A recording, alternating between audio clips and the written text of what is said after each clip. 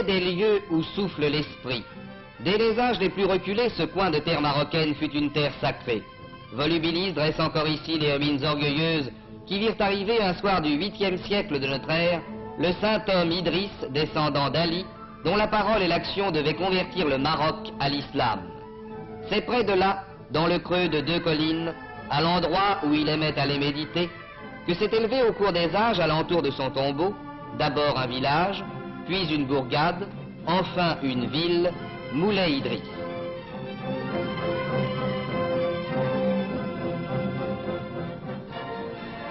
Moulay Idriss, en temps ordinaire, ne semble être aujourd'hui encore qu'une petite ville semblable à tant d'autres petites villes marocaines, avec le calme de ses rues et ses bruits d'artisans, une petite ville tranquille, occupée de ses besoins journaliers et de ses travaux quotidiens, une petite ville où passent seulement quelques curieux dédaigneux des grandes routes, un endroit de silence et de paisible sérénité.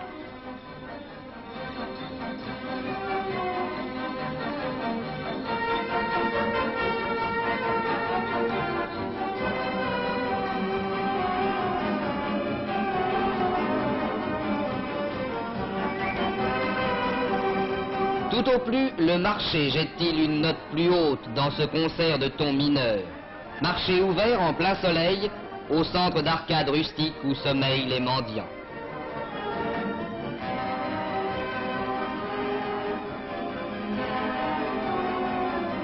Mais passé cette petite place où se rassemble toute l'animation, tout devient silence et secret. Des ruelles vides s'enfoncent vers le centre de la ville, et soudain, au travers d'un porche, c'est la poutre qui barre l'entrée de la ville sacrée. Aller plus loin n'est pas permis. Seuls les musulmans peuvent s'avancer vers la mosquée secrète, où dort depuis 1200 ans le descendant du prophète. Une semaine dans l'année, cependant, Moulay Idriss s'emplit d'une foule. Venus de tous les points du Maroc, des villes comme du fond des provinces, des milliers de fidèles convergent vers ce lieu unique où la sainteté leur donne rendez-vous. C'est la semaine du Grand Moussem.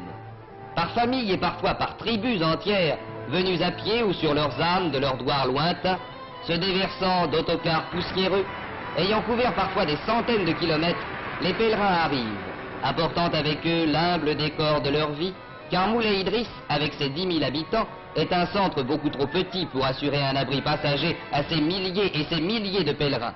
On compte en effet chaque année de 80 à 100 000 fidèles venus s'incliner sur la tombe du saint.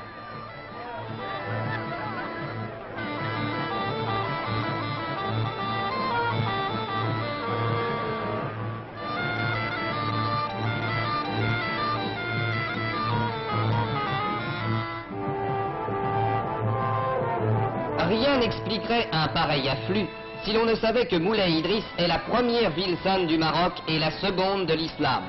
Après la Mecque, c'est aussitôt le nom de Moulay Idriss qui vient aux lèvres des musulmans dans l'ordre des villes saintes.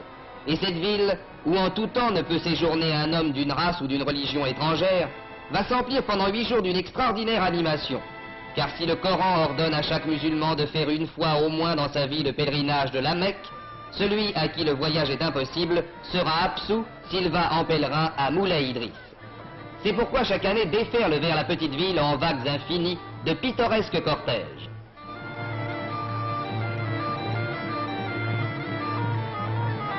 Sur la pente des collines qui entourent Moulay Idriss, une nouvelle ville s'élève. Ville éphémère, née en un jour, pour quelques jours, et disparue en un jour. Ville où la toile et la laine remplacent la tuile et le crépi. Ville bigarrée, où toutes les couleurs éclatent sur le fond de terre pelée.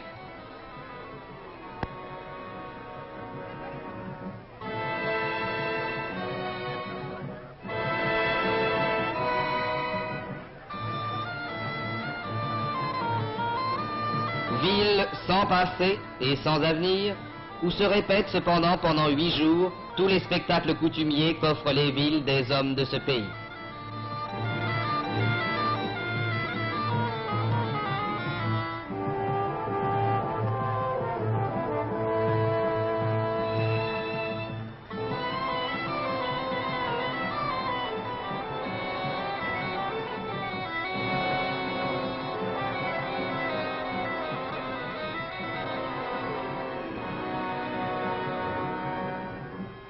Chaque jour, les pèlerins descendent de leur ville de toile vers la ville de pierre.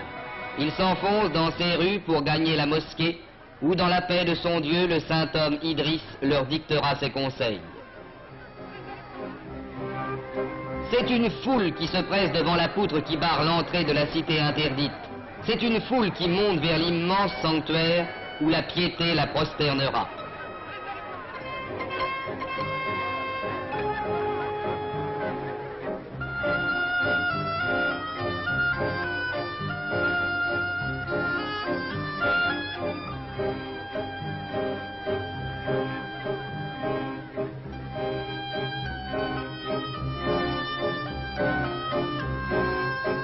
Mais cette piété doit s'exprimer aussi autrement que par des agenouillements et des oraisons.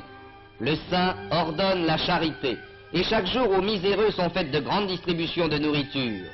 Si ton frère n'a pas de pain, donne-lui un morceau du tien, énonce la loi de charité.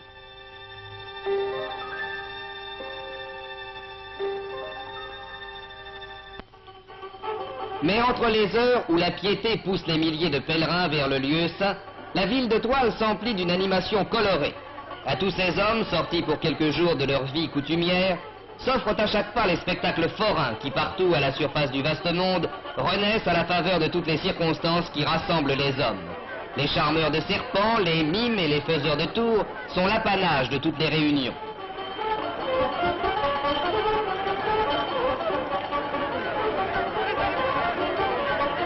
Mais ces jeux et ces spectacles de maigre allure ne sont que le décor banal des journées. D'autres fêtes, d'autres réjouissances marquent pour les pèlerins cette semaine sacrée. C'est le défilé haut en couleur des mets d'une difa qui va vers la tente d'un notable. C'est le spectacle mouvant qui accompagne les fêtes et les fantasias.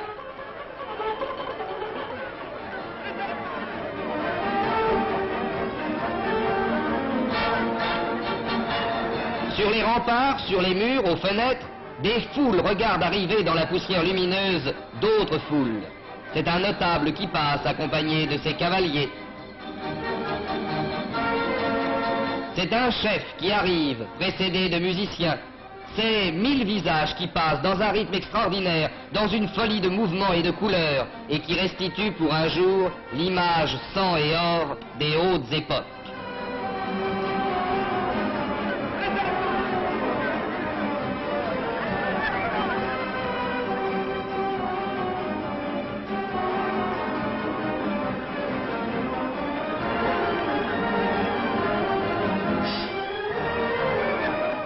Ainsi, chaque année, le grand Moussem de Moulay Idriss évoque-t-il depuis des siècles à la fois le souvenir du descendant du prophète et la vie somptueuse et colorée de l'histoire islamique. Élément fondamental de la vie religieuse du Maroc, le grand Moussem de Moulay Idriss demeure à travers les époques un signe spirituel essentiel auquel chaque génération apporte son témoignage.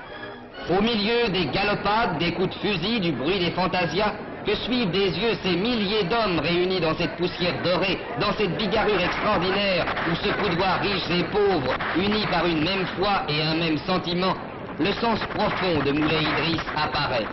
Sanctuaire de l'islam, et le premier de l'islam après la Mecque, sanctuaire du Maghreb où se retrouvent toutes les traditions de l'Empire, Moulay Idriss, le Maroc éternel.